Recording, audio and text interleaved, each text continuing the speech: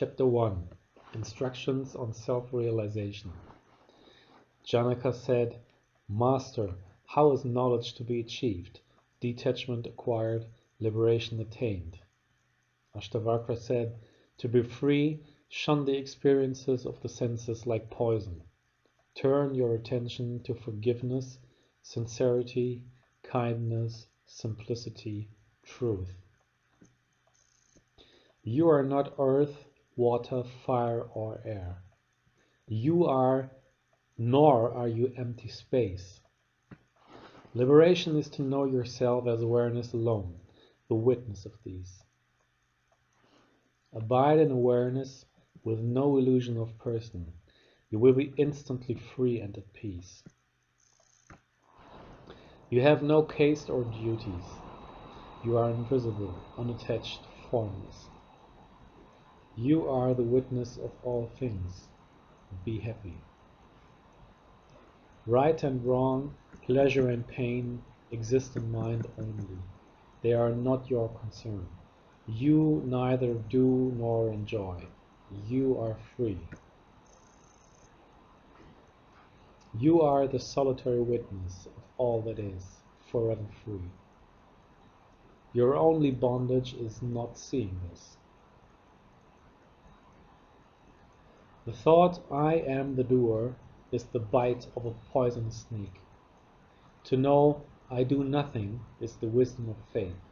Be happy. A single understanding, I am the one awareness, consumes all suffering in the fire of an instant. Be happy. You are unbounded awareness, bliss, supreme bliss, in which the universe appears like the mirage of a snake in a rope. Be happy. It is true what they say. You are what you think. If you think you are bound, you are bound. If you think you are free, you are free. You are self, the solitary witness. You are perfect, all-pervading one. You are free, desireless, forever still. The universe is but a seeming in you. Meditate on this. I am awareness alone, unity itself. Give up the idea that you are separate, a person, that there is within and without. You have long been bound thinking, I am a person. Let the knowledge, I am awareness alone, be the sword that frees you. You are now and forever free, luminous, transparent, still. The practice of meditation keeps one in bondage. You are pure consciousness, the substance of the universe. The universe exists within you. Don't be small-minded. You are unconditioned, changeless, formless. You are solid, unfathomable, cool. Desire nothing. You are consciousness. That which has form is not real. Only the formless is permanent.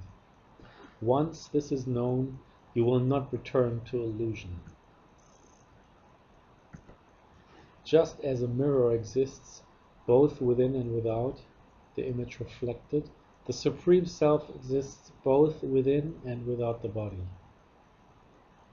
Just as the same space exists both within and without a jar, the timeless, all-pervasive one exists as totality. Chapter 2. Joy of Self-Realization. Janaka said, I am now spotless and at peace, awareness beyond consciousness. All this time I have been duped by illusion. By this light alone, the body and the universe appear. I am everything or nothing. Seeing there is no universe or body, by grace the self is revealed. As waves, foam, and bubbles are not different from water, So the universe emanating from self is not different from self. Look closely at cloth, you see only threads. Look closely at creation, you see only self. As sweetness pervades sugarcane juice, I am the essence of creation. Not seeing self, the world is materialized. Seeing self, the world is vanished. A rope is not a snake, but can appear to be. I am not other than light. The universe manifests at my glance. The mirage of universe appears in me as silver appears in mother of pearl, as a snake appears in a rope, as water appears on a desert horizon. As a pot returns to clay, a wave to water, a bracelet to gold, so will the universe return to me. I am wonderful indeed, beyond adoration. I cannot decay, nor ever die, though God and all the universe should perish to the last blade of grass. I am wonderful indeed, beyond adoration. Even with a body I am one. I neither come nor go. I am everywhere at once. I am wonderful indeed, beyond adoration. I am astounded at my powers. The universe appears within me, but I do not touch it. I am wonderful indeed, beyond adoration. I am everything, thought or spoken, and have nothing. In reality, knowledge, the knower, and the knowable do not exist. I am the transparent self, in which through ignorance they appear. Looking at one and seeing many is the cause of all misery. The only cure is to realize what is seen is not there. I am one, aware, blissful, immaculate. I am unbounded awareness. Only in imagination do I have limits. Reflecting on this, I abide in the Absolute. I am neither free nor bound. The illusion of such things has fallen into disbelief. Though I contain creation, it has no substance. Having seen for certain that this universe and body is without form or substance, I am revealed as awareness alone. Imagination has no place here. The body exists only in imagination, as do heaven and hell, bondage, freedom, fear. Are these my concern? I, who am pure awareness? I see no differences or separation. Even the multitudes appear as a single formless desert. To what should I cling? I am not the body, I do not have a body. I am awareness, not a person. My thirst for life bound me to a seeming life. In the limitless ocean of myself, the winds of the mind roil the myriad waves of the world. But when the wind subsides in the limitless ocean, the ark of personhood is swallowed up along with the universe it carries. And how wonderful it is! In the limitless ocean of myself, waves of beings arise, collide, play for a time, then disappear as is their nature. Chapter 3, Test of Self-Realization.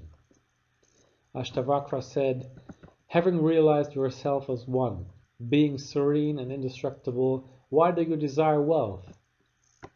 Just as imagining silver and mother of pearl causes greed to arise, so does ignorance of self cause desire for illusion. Having realized yourself as that in which the waves of the world rise and fall, why do you run about? Why do you run around in turmoil? Having realized yourself as pure awareness, as beautiful beyond description, how can you remain a slave to lust? It is strange that in a sage who has realized self in all and all in self, this sense of ownership should continue. Strange that one abiding in the absolute, intent on freedom, should be vulnerable to lust and weakened by amorous pastimes. Strange that, knowing lust as an enemy of knowledge, one so weak and nearing death should still crave sensual pleasure. Strange that one who is unattached to the things of this world and the next, who can discriminate between the transient and the timeless, who yearns for freedom, should yet fear the dissolution of the body. Whether acclaimed or tormented, the serene sage abides in the self. He is neither gratified nor angered. A great soul witnesses his body's actions as if they were another's. How can praise or blame disturb him? Realizing the universe is illusion, having lost all curiosity, how can one's steady mind fear death? How can one of steady mind fear death? With whom can we compare the great soul, who, content knowing self, remains desireless in disappointment? Why should a person of steady mind, who sees the nothingness of objects, prefer one thing to another? He who is unattached, untouched by opposites, free of desire, experiences neither pleasure nor pain, as events pass through. Chapter 4. Glorification of Self-Realization. Janaka said, "Surely one who knows self, though he plays the game of life, differs greatly from the world's bewildered, burdened beasts. Truly, the yogi feels no elation, though he abides in the exalted state, yearned for by Indra and all the discontented gods. Surely, one who knows that is not touched by virtue or vice, just as space is not touched by smoke, though it seems to be. Who can prevent the great soul, who knows the universe as self, from living life as it comes? Of the four kinds of beings, from Brahma to a blade of grass, only the sage can renounce aversion and desire. Rare is he who knows himself as one with no other, the Lord of the universe. He acts as he knows and is never afraid." Chapter 5. 4 Ways to Dissolution. Ashtavakra said, "You are immaculate, touched by nothing. What is there to renounce? The mind is complex. Let it go. Know the peace of dissolution. The universe arises from you like foam from the sea. You know yourself as one. Enter the peace of dissolution. Like an imagined snake in a rope, the universe appears to exist in the immaculate self, but does not. Seeing this, you know there is nothing to dissolve.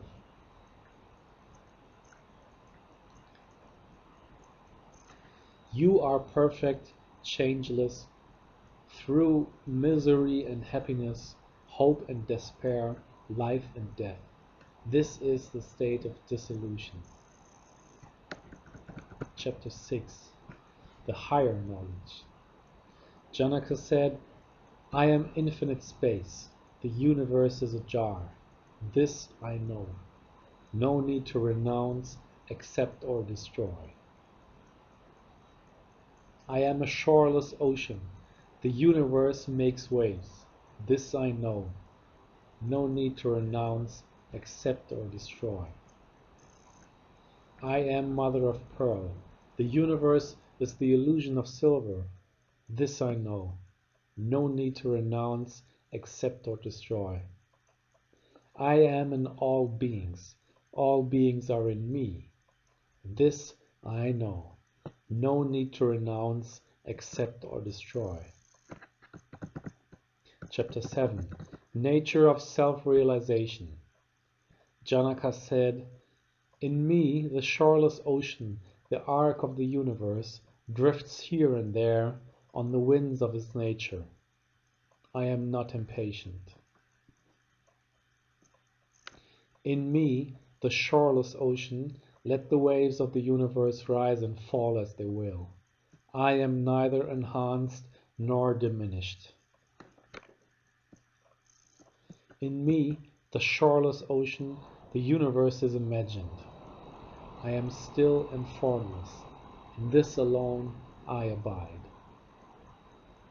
The self is not in objects, nor are objects in the pure and infinite self. The self is tranquil, free of attachment and desire. In this alone I abide. I am awareness alone. The world is passing show. How can thoughts arise of acceptance or rejection? And where? Chapter 8. Bondage and Liberation. Ashtavakra said, when the mind desires or grieves things, accepts or rejects things, is pleased or displeased by things, this is bondage. When the mind does not desire or grieve, accept or reject, become pleased or displeased, liberation is at hand. If the mind is attached to any experience, this is bondage. When the mind is detached from all experience, this is liberation. When there is no I, there is only liberation. When I appears, bondage appears with it. Knowing this, it is effortless to refrain from accepting and rejecting.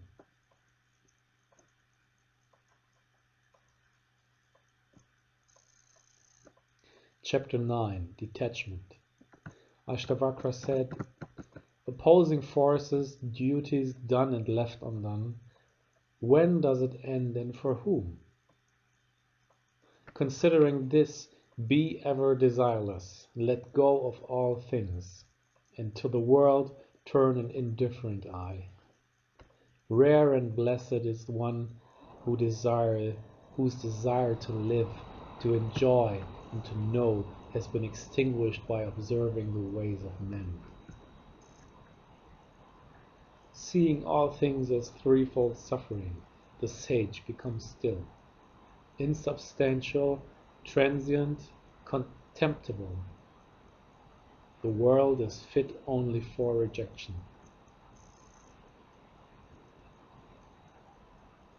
Was there an age or time men existed without opposites? Leave the opposites behind. Be content with what comes. Perfection. The greatest seers, saints and yogis agree on very little. Seeing this, who could not be indifferent to knowledge and become still?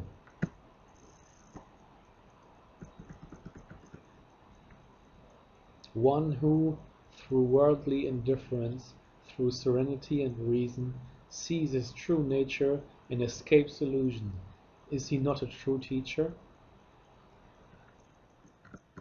In the myriad forms of the universe, see the primal element alone. You will be instantly free and abide in self. Desire creates the world. Renounce it. Renounce desires and you renounce the world. Now you may live as you are. Chapter 10. Quietude. Ashtavakra said, give up desire, which is the enemy. Give up prosperity, which is born of mischief and good works. Be indifferent. Look upon houses, wives, gifts, and all apparent good fortune as a passing show, as a dream lasting 3 to 5 days. Where there is desire, there is the world. Be firm in non-attachment. Be free of desire. Be happy. Bondage and desires are the same. Destroy desire and be free. Only by detaching from the world does one joyfully realize self. You are one, awareness itself. The universe is neither aware nor does it exist. Even ignorance is unreal. What is left to know?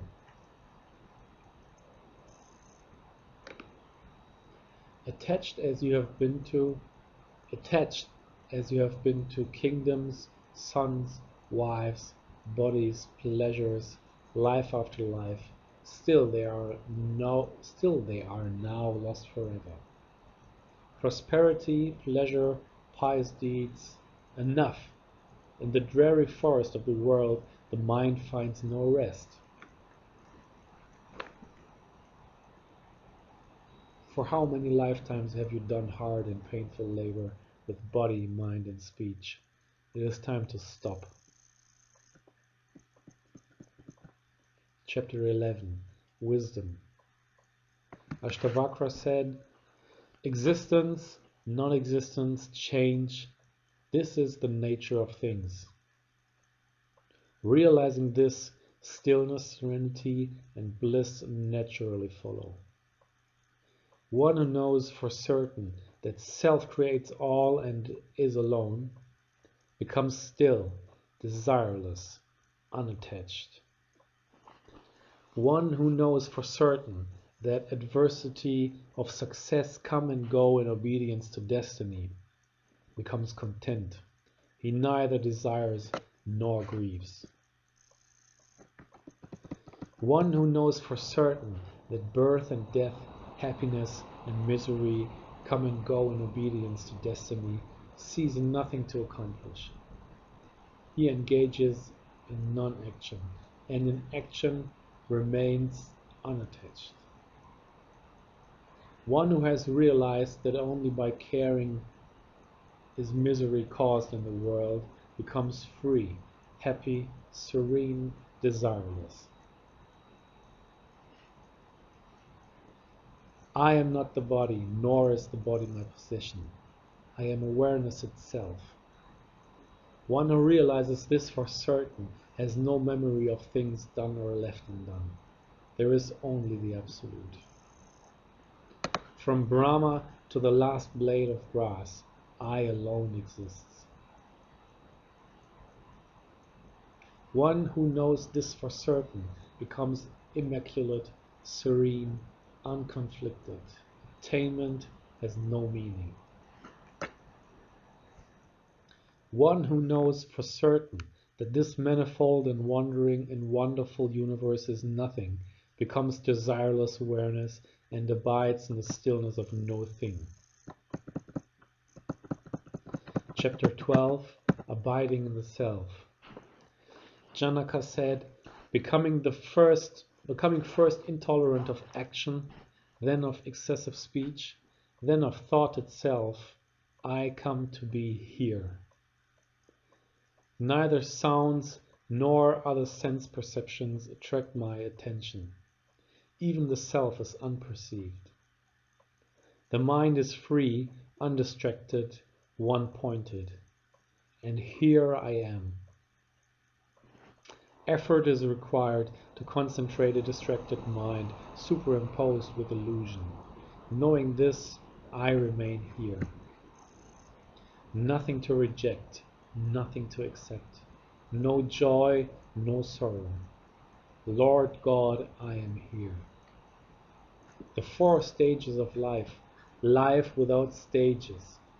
Meditation, renunciation, objects of mind, nothing but distractions. I am forever here.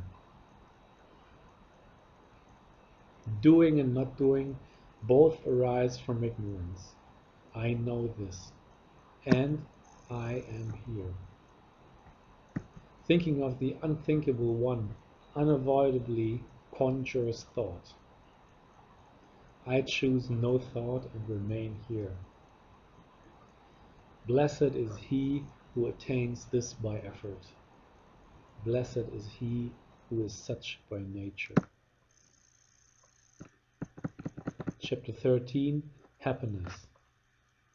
Janaka said, the tranquil state of knowing self alone is rare, even among those who own but a loincloth. I therefore neither renounce nor accept, and am happy. The body is strained by practices. The tongue tires of scripture. The mind numbs with meditation. Detached from all this, I live as I am. Realizing that nothing is done, I do what comes and am happy. Yogis who preach either effort or non-effort are still attached to the body. I neither dissociate nor associate with any of that and am happy. I have nothing to gain or lose by standing, walking or sitting down. So whether I stand, walk or sit, I am happy. I do not lose by sleeping nor attain by effort. Not thinking in terms of loss or gain, I am happy. Pleasure and pain fluctuate and are inconsistent. Without good or bad, I live happily. Chapter 14, Tranquility. Though appearing asleep like other men, one whose interest in the world is exhausted, whose mind has been emptied, who thinks only by inadvertence, is in reality awake. When desire has melted, how can there be wealth or friends or the seduction of senses? What use is scripture and knowledge? I have realized the Supreme Self, the Witness, the One. I am indifferent to bondage and freedom.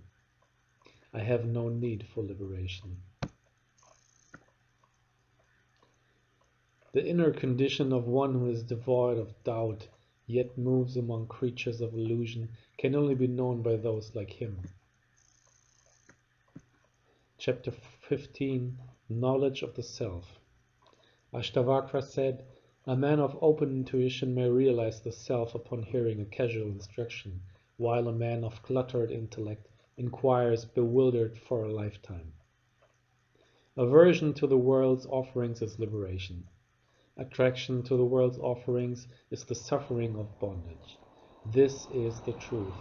Now do as you please. This knowledge of truth turns an eloquent, wise, and active man mute, empty, and inert. Lovers of the world therefore shun it. You are not the body. You do not have a body.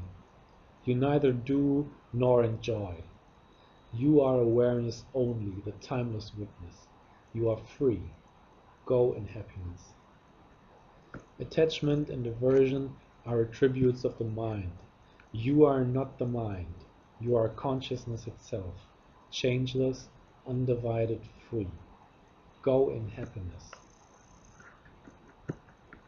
Realize self in all and all in self. Be free of personal identity and the sense of mine. Be happy. You are that in which the universe appears, like waves appearing in the ocean. You are consciousness itself. No need to worry. Have faith, my son. Have faith. You are awareness alone, the self, the one. You are the Lord of nature. The body is made of worldly stuff. It comes, it lingers, it goes. The self neither comes nor goes, yet remains. Why mourn the body? If the body lasts until the end of time or perishes today, is there gain or loss for you, you who are awareness? Let the waves of the universe rise and fall as they will. You have nothing to gain or lose. You are the ocean. You are the substance of consciousness. The world is you. Who is it that thinks he can accept or reject it? And where does he stand?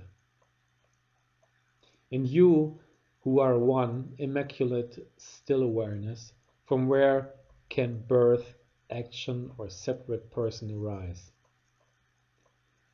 Whatever you perceive is you and you alone. How can bracelets, armlets, and anklets be other than the gold they are made of? Leave behind such distinctions as I am he, the self, and I am not this. Consider everything self. Be desireless. Be happy. Your ignorance alone creates the universe. In reality, one alone exists. There is no person or God other than you.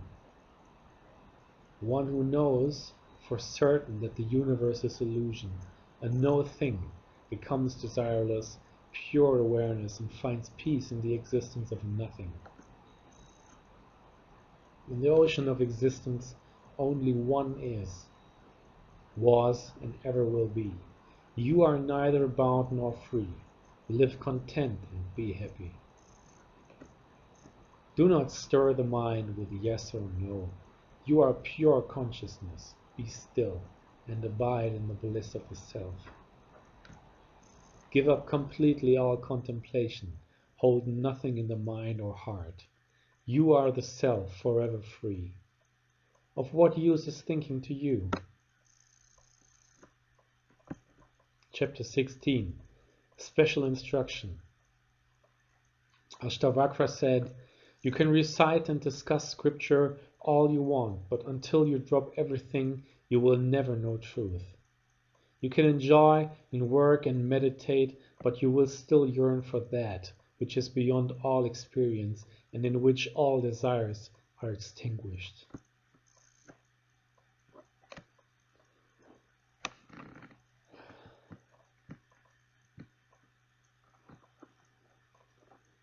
Everyone is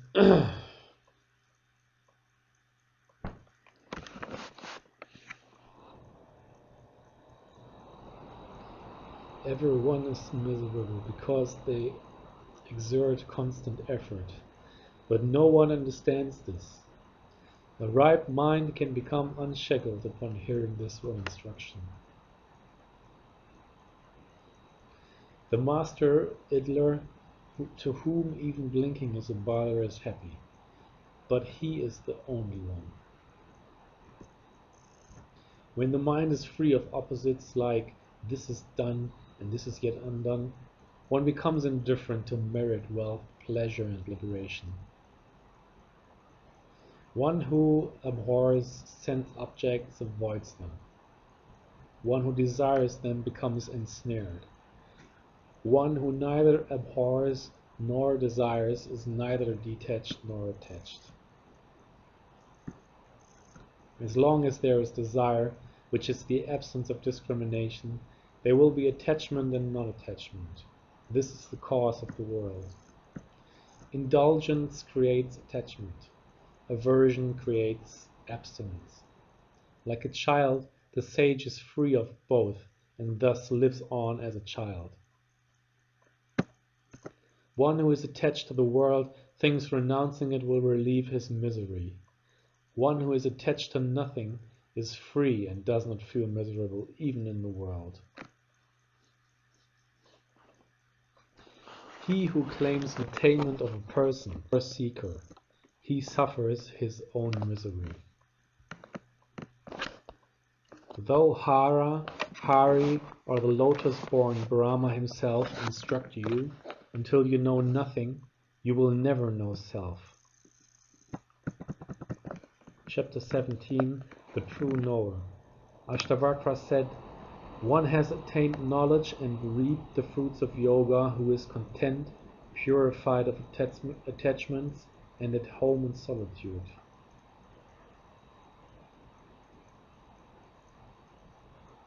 One has attained knowledge One has attained knowledge and reaped the fruits of yoga who is content, purified of attachments, and at home in solitude. The knower of truth is never miserable in the world, for the whole universe is filled with himself alone. As the foliage of the neem tree does not please an elephant who delights in silky leaves, so do sense objects not please he who delights in self. Rare in the world is one who does not relish past enjoyments, nor yearn for enjoyments to come. Those who desire pleasure and those who desire liberation are both common in the world. Rare is the great soul who desires neither enjoyment nor liberation. Rare is the right-minded person who neither covets nor shuns religion, wealth, pleasure, life or death. The man of knowledge neither cares for the universe nor desires its dissolution. He lives happily on whatever comes his way. He is blessed.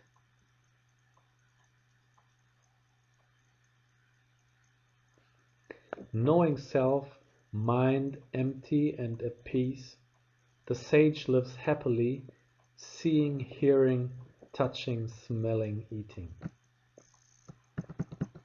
There is no attachment or non-attachment for one in whom the ocean of the world has dried up. His look is vacant, senses still, his actions have no purpose.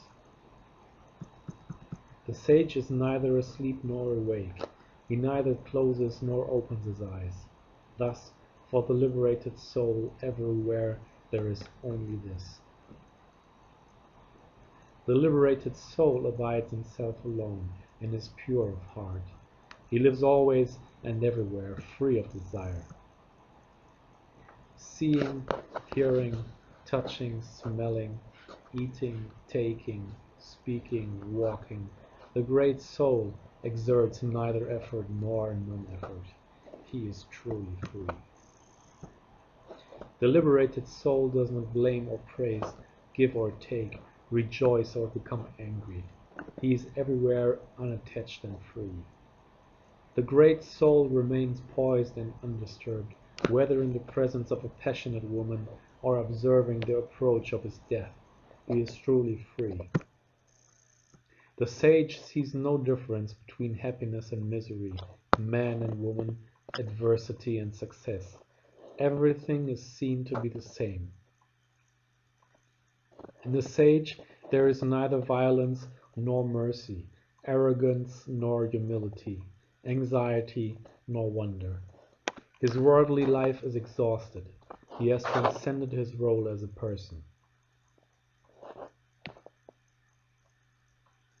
The liberated one neither avoids experience nor craves it. He enjoys what comes and what does not. The sage is not conflicted by states of stillness or thought. His mind is empty. His home is the absolute. Though he may perform actions, the man of knowledge does not act. Desire is extinguished, free of thoughts of I and mine. He knows with absolute certainty that nothing exists. The sage is free. His empty mind no longer projects delusion, dreaming, dullness. This state is indescribable. Chapter 18, Peace. Ashtavakra said, praise that which bliss itself. Praise that which is bliss itself, which is by nature stillness and light, and which by its knowing reveals the world as a dream. One may enjoy the abundant pleasures of the world, but will never be happy until giving them up. How can one whose innermost heart has been scorched by the sun of sorrow that comes from duty, be happy until the sweet rain of torrential stillness. The universe is but a thought in consciousness. In reality it is nothing. One who sees the true nature of existence and non-existence never ceases to exist. The self, which is absolute, effortless, timeless, immaculate, is without limits and at no distance from you. You are forever it. For those whose vision becomes unclouded, illusions evaporates and the self becomes known. All sorrow is instantly dispelled. Seeing everything as imagination, knowing the self as timelessly free, the sage lives as a child. Knowing himself as absolute, knowing existence and non-existence to be imagination only, what is there for the desireless one to learn, say or do? Knowing for certain that all is self, the sage has no trace of thoughts such as I am this or I am not that. The yogi who finds stillness is neither distracted nor focused. He knows neither pleasure nor pain. Ignorance dispelled, he is free of knowing. Heaven or poverty, gain or loss, society or solitude, to the yogi free of conditioning there is no difference. Religious merit, sensory pleasure, worldly prosperity, discrimination between this and that, these have no significance for the yogi free of opposites such as I do this and this I do not. The yogi who is liberated while living has no duties in this world. The yogi who is liberated while living has no duties in this world, no attachments in his heart. His life proceeds without him. For the great soul who abides beyond desire, where is illusion? Where is the universe? Where is meditation on that? Where is even liberation from them? He who sees the world may try to renounce it, but what can desireless one do? He sees there is nothing to see. He who has seen the supreme Brahma thinks, I am Brahma. But he who has transcended all thought, what can he think? He knows no other than self.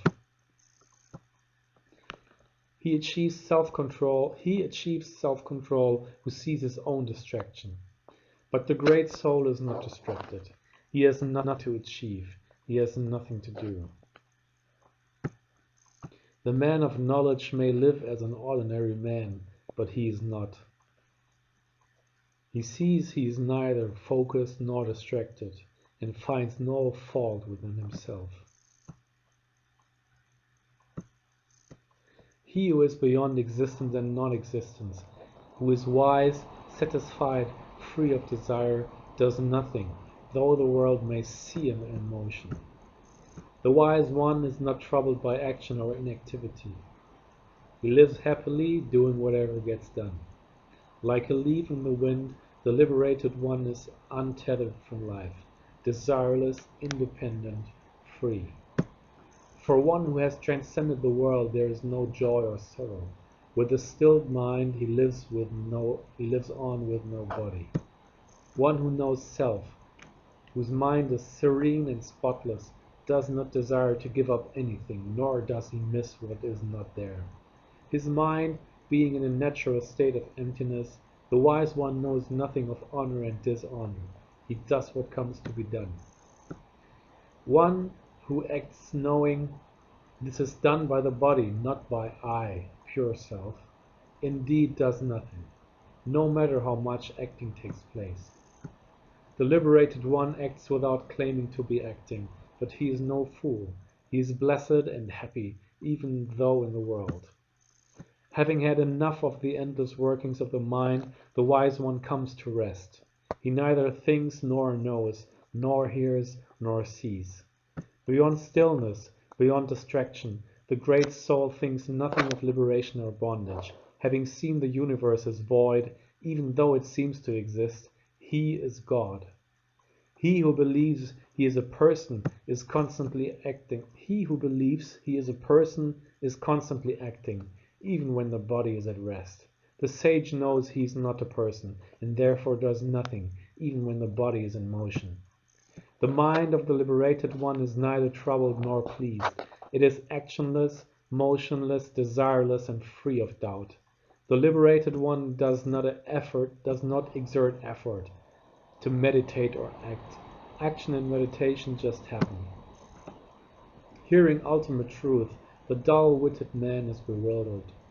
The wise man, hearing truth, retreats within and appears dull-witted. The ignorant practice meditation and no thought. The wise, like men in deep sleep, do nothing. The ignorant man finds no peace, either by effort or non-effort. The wise man by truth alone is stilled. Though they are by nature self alone, pure intelligence, love and perfection, though they transcend the universe and are clearness itself, men of the world will not see this through meditation and practices. The ignorant man will never be liberated by his repetitious practices.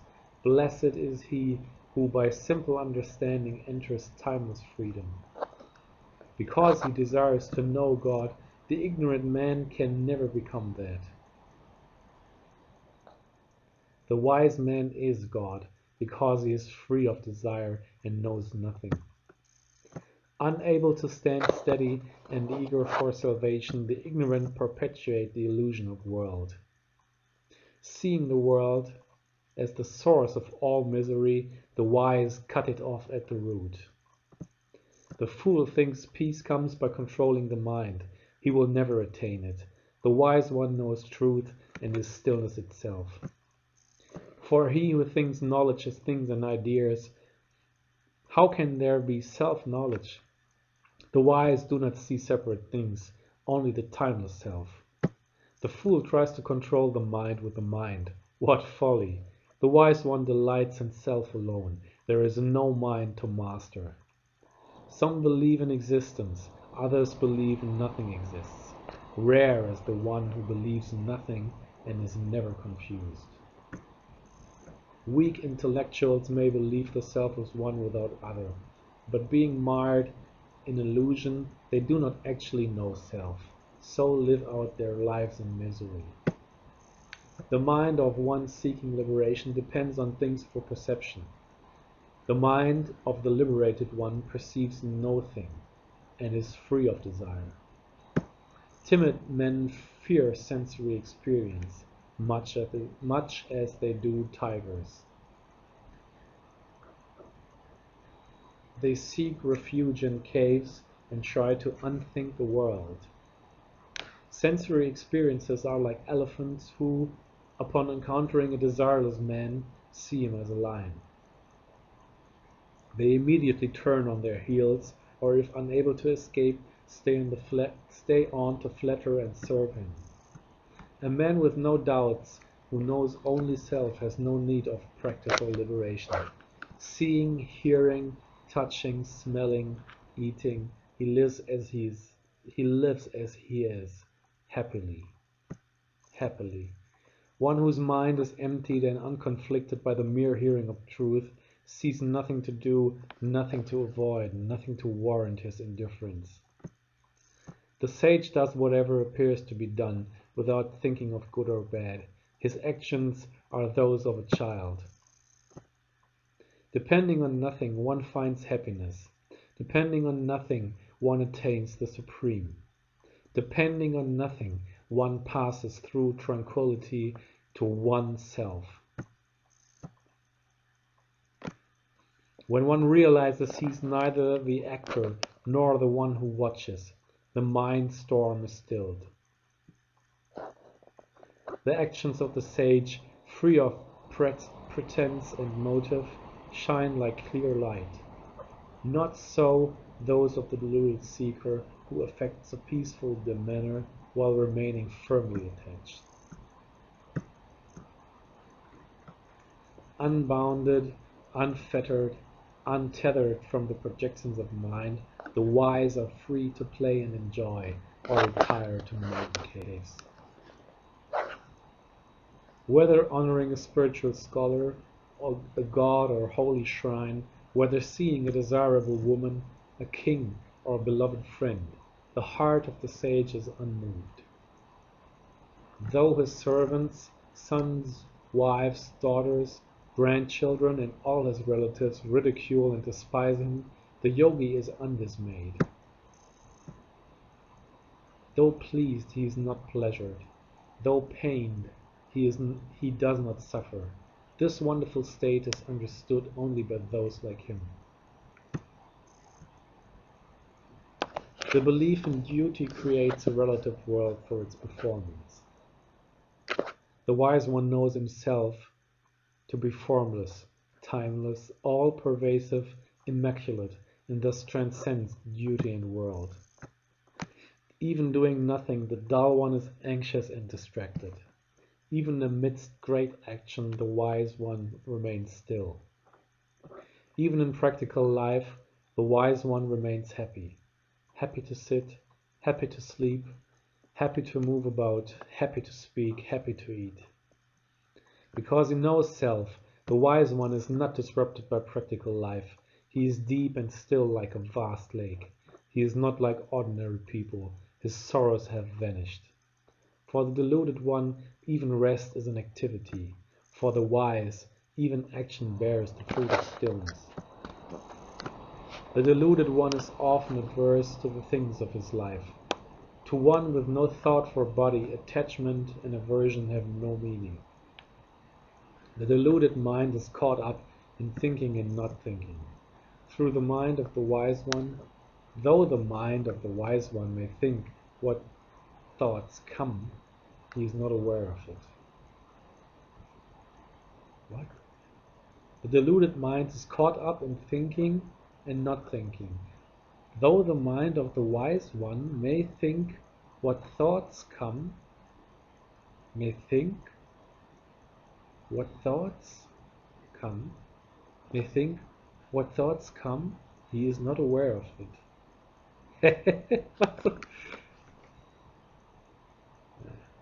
Though the mind of the wise one may think what thoughts come, he is not aware of it.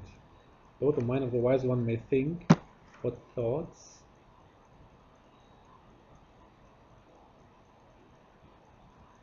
is not aware. The sage sees nothing being done, even when performed by his hands. Like a child, he is pure and acts without reason. Blessed indeed is he who knows self. Though seeing, hearing, touching, smelling, eating, he never desires nor changes. For one who is void and changeless, where is the world and its imaginings? Where is the end? Where is the possibility of it?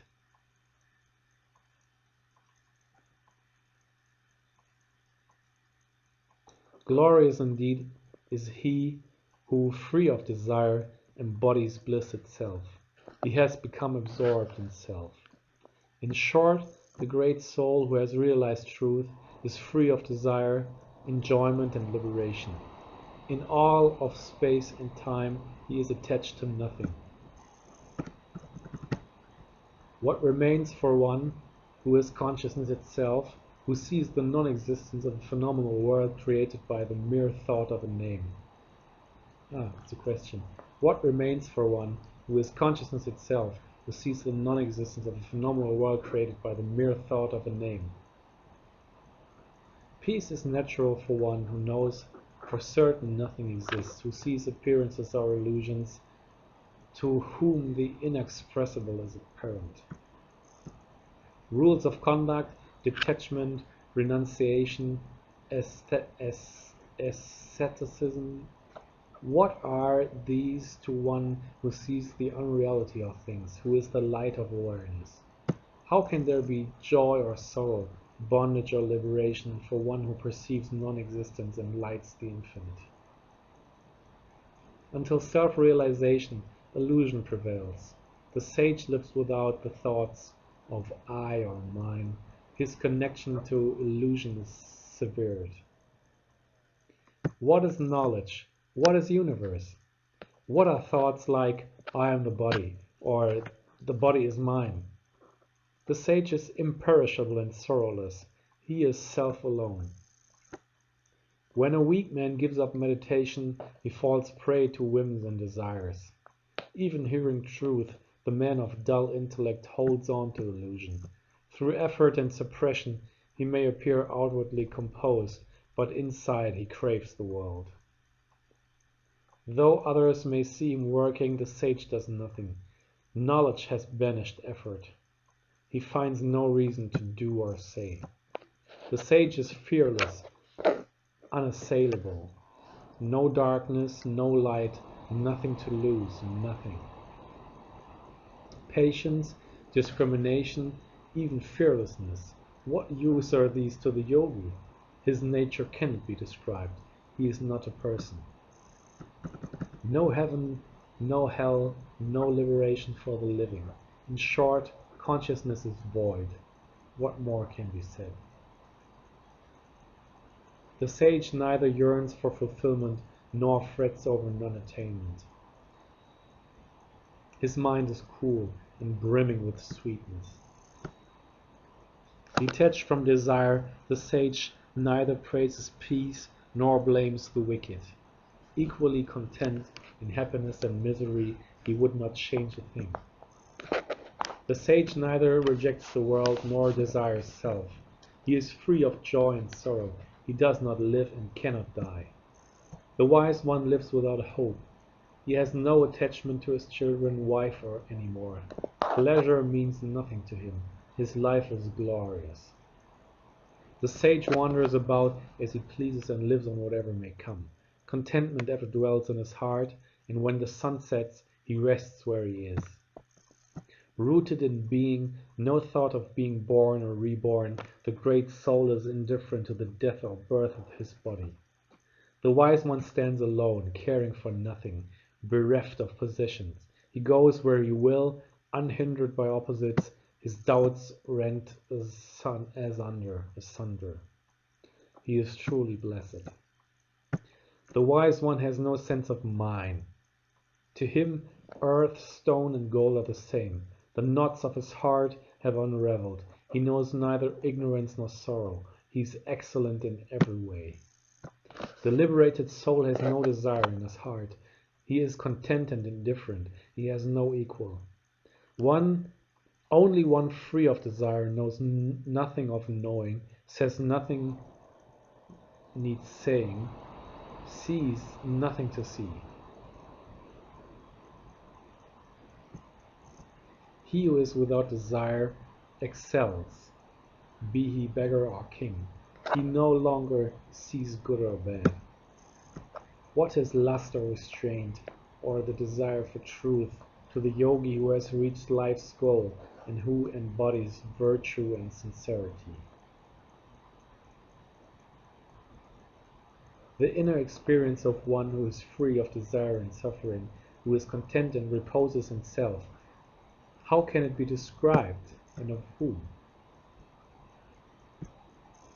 The wise one's state never varies. Sleeping soundly, he is not asleep. Lying in reverie, he is not dreaming. Eyes open, he is not wakeful. The man of knowledge seems to think, but has no thoughts. He seems to have sense perceptions, but does not experience. He seems to have intelligence, but is empty-minded. He appears to be a person, but is not. The man of knowledge is neither happy nor miserable, neither detached nor attached, neither liberated nor seeking liberation. He is neither this or that. Even while distracted, the blessed one is still. In meditation he does not meditate. In ignorance he remains clear. Though learned, he knows nothing. The liberated one who abides unconditionally in self, who is free of the concept of action and duty, who is always and everywhere the same, is desireless. He does not worry about what he did or did not do. The wise one is neither pleased by praise nor annoyed by blame. He neither rejoices in life nor fears death. One of tranquil mind seeks neither crowds nor wilderness. He is the same wherever he goes. Chapter 19. Repose in the Self. Janaka said, "With the tongues of truth I have plucked the thorn of thinking from the innermost cave of my heart. Where is meditation, pleasure, prosperity, or discrimination? Where is duality? Where even is unity? I abide in the glory of self.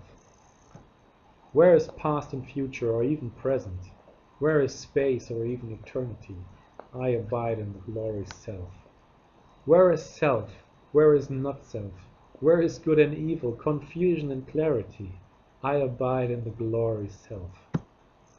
Where is sleeping, dreaming, waking, or even the fourth state?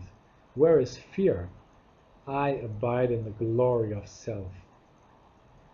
Where is close or far, in or out, gross or subtle? I abide in the glory self. Where is life and death? Where is the world and worldly relations? Where is distraction and stillness? I abide in the glory of self.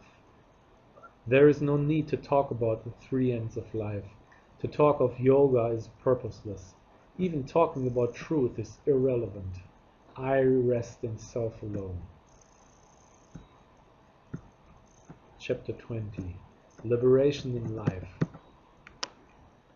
Where are the elements, the body, the organs, the mind? Where is the void? Where is despair? My nature is transparent clearness. Where is scripture? Where is self-knowledge? Where is no mind? Where is contentment and freedom from desire? I am empty of two-ness. Where is knowledge and ignorance? Where is I? Where is this? Where is mine? Where is bondage and liberation? Self has no attributes. Where is the unfolding of karma? Where is liberation in life, or even liberation at death? There is only one. Where is the doer or enjoyer? Where is the origin or end of thought? Where is direct or reflected knowledge? There is no person here. Where is the world? Where is the seeker of liberation? Where is the contemplative? Where is the man of knowledge? Where is the soul in bondage? Where is the liberated soul? My nature is unity.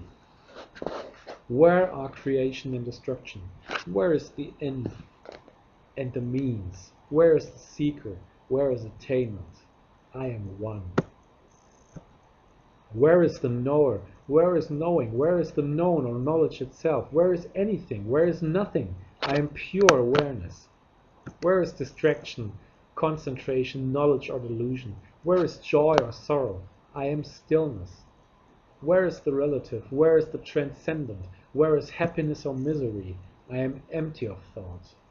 Where is illusion? Where is existence? Where is attachment or non-attachment? Where is person? Where is God? I am awareness. Where is activity or inactivity? Where is liberation or bondage? I am timeless, indivisible. I am self alone. Where are principles and scriptures? Where is the disciple or teacher? Where is the reason for life? I am boundless, absolute. Where is existence or non-existence? Where is unity or duality? Nothing emanates from me. No more can be said.